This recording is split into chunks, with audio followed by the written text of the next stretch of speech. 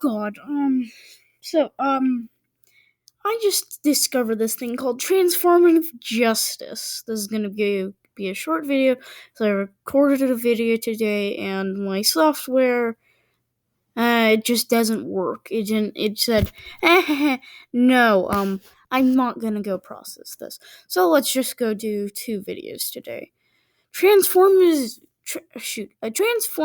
justice is basically where you're saying it's not like someone gets arrested and then they're punished or forced to pay a fine. I mean, sometimes they are, but it's like, here, basically take this. So someone burgles you, and this is in the form of transformative justice. So, and they catch the person who burglarized you, right? So in the normal system that this works, the state steps in and they give them a free trial and and a fair and honest trial where a jury is randomly selected, and if there is any reasonable doubt, the person is innocent. If there isn't, the person is guilty. Understand? Okay, yeah, that's like the 6th or 8th Amendment or something like that. It's some amendment. So, yeah. But in transformative justice, you just sit down with some random person who says, "Okay, well, what is the person who was harmed? What do you need to feel rightly shoot rightly given back? I would like all my stuff and an $1,000 fine, which would be good. Except, well, guess what? What if he already sold all the stuff? Well, he's going to have to pay for new stuff. Well, he doesn't know what this stuff is, and the stuff is out of stock. So, how do you deal with that? Well, let's take it in the case of a murder. Oh, I want his life gone. Oh, I'm sorry, we can't do that. We can't really do that. I'm sorry. Transformative justice is where someone gives back or apologizes. There's no jail time, there's no anything. So, yeah. It so if you commit petty theft, all you really have to do is, I'm sorry. Here's whatever I stole back. And yeah, that's it summarized. And then I found an AOC virtual town hall about transformative justice. And she says, well, if someone takes your car, how have you been hurt on an interpersonal or structural level? They stole your car. That is structural. But the transformative practitioner, I think they call it, well, is that really harming you? Well, no. And therefore making it so this person doesn't have to do anything. Now, here's the problem with this. Who investigates the crime? Oh, this town hall's about police reform. Well, the police should. Well, how could they do that with a warrant? Well, how hard would it be to get a warrant? You'd need to have full sufficient evidence that you can prove that this person is guilty. Well, how could you get that evidence without, which I'm assuming this is what they're going to say. How can you get that evidence without, while you're trying to seize evidence to prove the person is guilty? If you already have enough evidence to prove a person's guilty, you wouldn't need a warrant. But to seize evidence basically is trying to prove someone guilty. And there is a legal way to do it. But this person's like, well, I don't think so. So here's another problem about it. So let's say the transformative justice practitioner says, okay, this person needs to pay a set amount of fines. Well, what if they don't pay it? Well, they need to pay it. Well, what if they don't? Well, well, um, well, they'll just get another fine. Well, they haven't been paying that fine, so who makes you think, or what makes you think they'll pay that fine? That was only for $500. I'm not gonna pay it. I got a $200 fine. Oh, now I'm going to go pay it. I don't want to get another fine. Oh my god. See the problem? And well, how can you, actually get a proper sentencing? Like, well, okay. I want this person I want this person's I want this person's car in my car. Well, is it well, who makes that decision? Is it the transformative justice? Is it the transformative justice practitioner? What are the punishment for certain crimes? Well, it depends. Well, yeah, but there should be a base punishment for usually a certain crime and whether or not the severity of a crime. Well, we'll just argue it out in the transformative justice office. Even if it was a violent offense. Well, then it gets even worse. So they just assume who and what hurt you, and then they're probably going to say, "Well, slavery hurt me." Well, okay, and now you're completely absolved from any harm because slavery hurt you. Yep. That's how this works. I'm not kidding. This is a literal example. This is an example.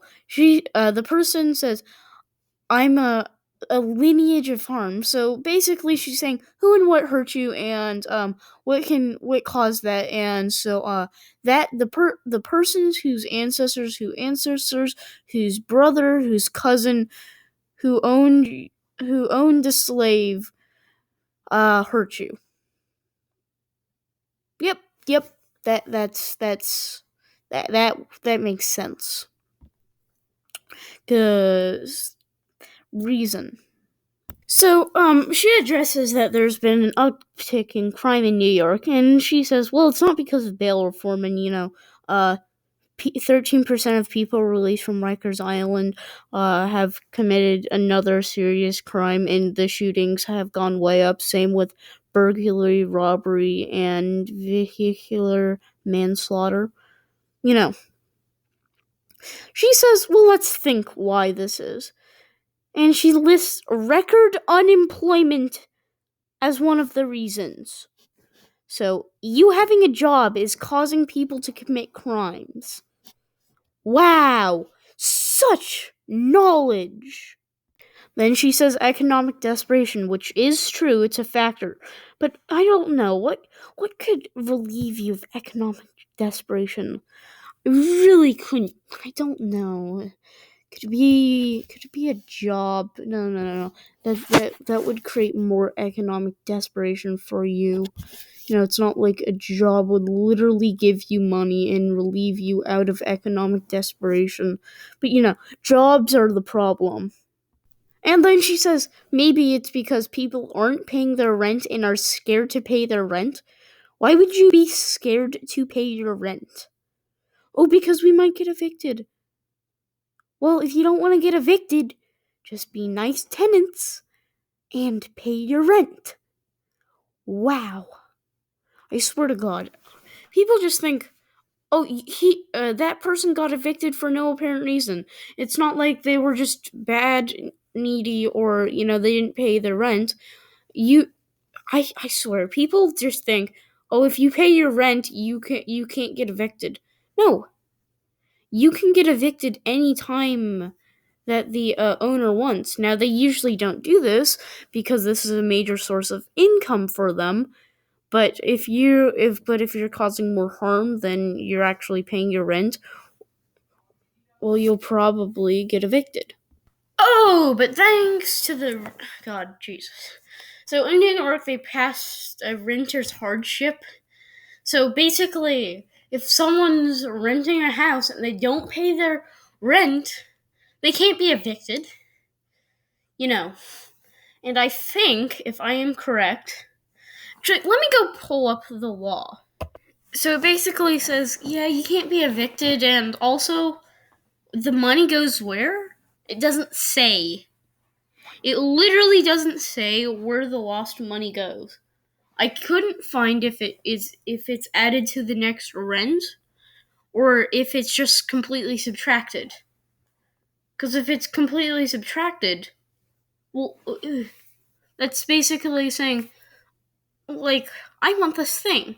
Well, you can't have this thing. You have to go pay for this thing. Well, actually, no, I don't, and I'm going to go take this thing legally. Yep, that's basically what this law says. Oh, and also AOC says, oh yeah, they're running out to commit crimes to pay their rent, which is not true under that act I just listed. And guess who proposed the act? Yeah, it was AOC. And then AOC says, another reason the huge crime spike in New York is because of, well, people have lost their jobs, so they feel like they need to go steal to feed their families. So they're stealing bread. No, and I can prove that. The New York justice system has a little thing called petty larceny, which is basically just some like one item, not big. It's usually not very big. It's just like it's a misdemeanor. So petty larceny is down 15.6%. Oh. Yes, but shooting incidents, yes, guess what? That's used to feed your family are up 276.9%. Cuz that's used to feed your family. Shooting someone. Yeah. Anyways, what is AOC's answer to stopping crime? Make sure the police have better training, but also subtract some funding. Just kidding. Defund the police. Completely disband them. But she's also in favor of banning all guns. So let's see. A person with arms, who is armed with a gun, and the police is disbanded, right? And you can't have a gun legally, but since they're going to go rob you anyway, I mean, they're just gonna go violate that gun rule, right? So, right? So, you don't have a gun to defend with. So, what are you going to do? Are you going to go sabotage them? Are you going to go hit them with something? Well, what? What are you going to go hit them with? A knife? Guess what? That could be seen as violent and, they were only checking in, or is the wrong house, or something like that. What if they see you? Oh, well, now you're shot. Oh no, you hear gunshots. Well, oh wait, the police don't, oh god, the police don't exist anymore. Oh shoot. Let's just try to get another knife. Come on, guys. Come on, we can do, and we're all dead. Oh no, it looks like we can't find the guy who killed this family. Oh man, well that's too bad. If we did, we just ask. Oh shoot, the family's dead. Oh shoot. Well, then he's off the hook. Okay. And where does that money go? Schools. Oh yeah. To fund emergency services that have saved countless lives, and give them to schools. See, have you ever been to school? I'm asking this because schools already have plenty of funding. Like the school that I am currently going to, it has enough money to it has enough money to build an entire field. It has enough money to water that field. But guess what? It doesn't have enough money to. Oh wow, it doesn't have enough money to supply paper. Wow. It's almost like schools, just spend their money so inefficiently because, they get government funding and no matter what, all they do is just get basically a ton of money for them to do whatever they want with. And then, they complain, "Oh, we don't have enough money to do this." And then they get more money and they're, "Oh, well, we don't have enough money to do this." And more money and more money and more money rolls in until, everybody realizes, wait a second, they're actually not doing what they're saying. They're really inefficient. But for now, that's probably going to take 10 years. Anyways, the other 2 or 3 more options I forgot. And then she says, well, maybe if we actually fund schools. Do you know how much funding schools get? Oh my god, she's a moron. So, then she says maybe if we, instead of putting 10 police that pat kids down, we put 10 social workers who ask, how's it going at home? Or, actually, people who are being abused tend not to like to talk about it. They'll be really aggressive, really hostile, and they're not going to talk about it.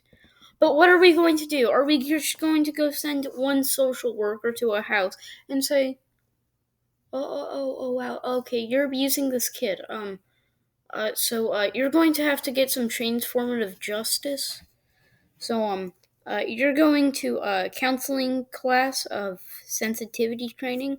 And we don't even have to give you a quiz. You can lie about it. There's nothing. If you just answer the right answers, you can go back to your family, and keep abusing them, like a normal person would. I mean, like a person who would abuse someone would. So, using Ocasio-Cortez's logic against her, she says we should defund the police because they're not doing an effective job. Well, less than half of all New York City students pass reading. 48% of students didn't pass math. So by her own logic, we should defund the New York education system because they're failing to do their job.